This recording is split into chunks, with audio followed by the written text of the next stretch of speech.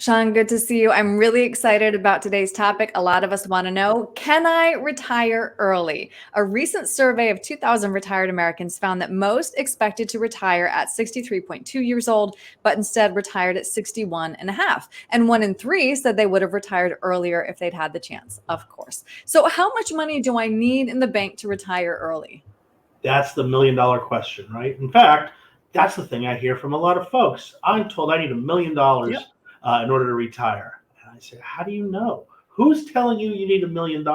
It's all personal. If you spend $50,000 a year, you might not need $1 million in the bank. If you spend $100,000 a year, you're probably going to need a lot more than $1 million. So you need to look at your financial situation. Really look at that budget. This is something we talk about all the time, Erin. Hmm. Have a budget. I talk about budgets with my 30-year-old clients and my 80-year-old clients. Identify how much you spend and where you're spending it. Once you Hmm. do that, then you can quite easily look into, okay, now what do I need to retire? Of course, we're going to have to look at how long you expect to live, and there's no crystal ball. So we look at our families, how long they've lived, and try to put some estimates on our life expectancy. End of the day, there's a lot of pieces involved in this, and don't make rash decisions. It's going to live with you for the rest of your life.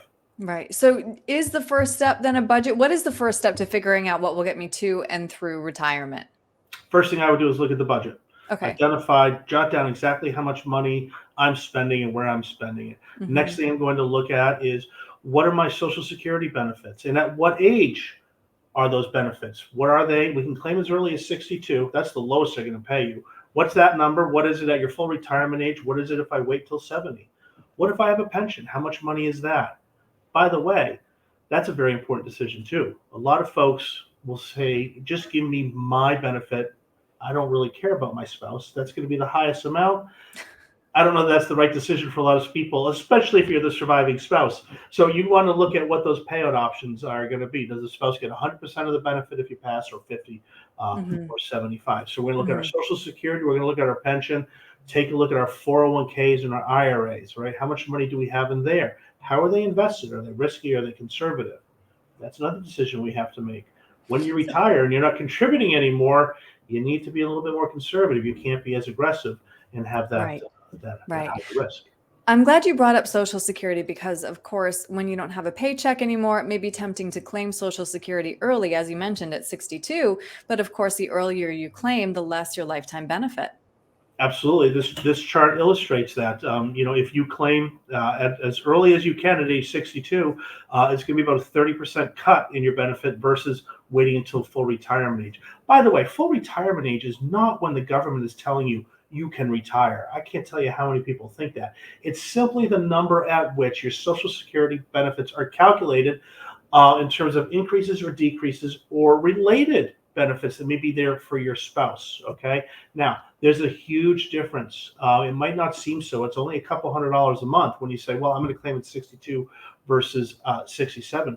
But if you carry that forward out over a lifetime, let's say you live to 90 years old and you have the average Social Security benefit, I would expect there to be about $125,000 deficit by claiming early. Mm. Now, you're married and you both live into your 90s, that's $250,000 deficit that you're now facing. And don't forget, you get a lot higher expenses later on in life, medical expenses. So Right. it's really important to understand what those numbers are and how they're going to impact you. If your Hmm. life expectancy is 70, go ahead and claim early. Hmm. If everybody in your Hmm. family lives into your 90s, I would really try to wait.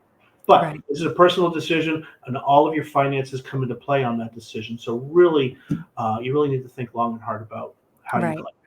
And you did mention healthcare, which is, of course, often your biggest expense in retirement. A lot of us rely on our employer for health insurance. So we know Medicare, though, doesn't start until you're 65. If I want to retire early at 60, what do I do for those 5 gap years?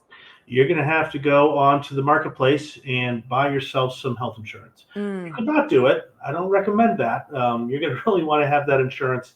There's a lot of good plans out there. There's bronze, there's silver, there's gold. That has to do with the premium, what type of benefits you get for it. Obviously, or maybe not obviously, bronze is cheapest, gold is most expensive. But you're going to have to go out there and find that plan. They can be very expensive. All right. So you Hmm. need to put that in your budget. The good thing is that if you do retire and you need to buy that, you may get tax credits, because if you're retired, you're not making that income. The income you're taking in your investments and maybe from your IRAs or your 401ks should be less. You may get some tax credits on that, but you've got to sit down and look at what those numbers are, and make sure you understand that when making this decision. Right. Clearly, a lot of moving parts, but I think if somebody wants to retire early, they should probably start planning now. So, Sean, if somebody wants to kind of walk through those numbers with you, what's the best way to reach you? Please call us 603-715-2335. If you want to look at the website first or book an appointment that way, that's a great idea. You can go to daviswealthmgmt.com. We got a lot of information on there. Hopefully it's helpful for you. If you decide you want to book a meeting, hit contact us and you can put some time directly on my calendar. Great. Sean, thank you. Thanks, Erin.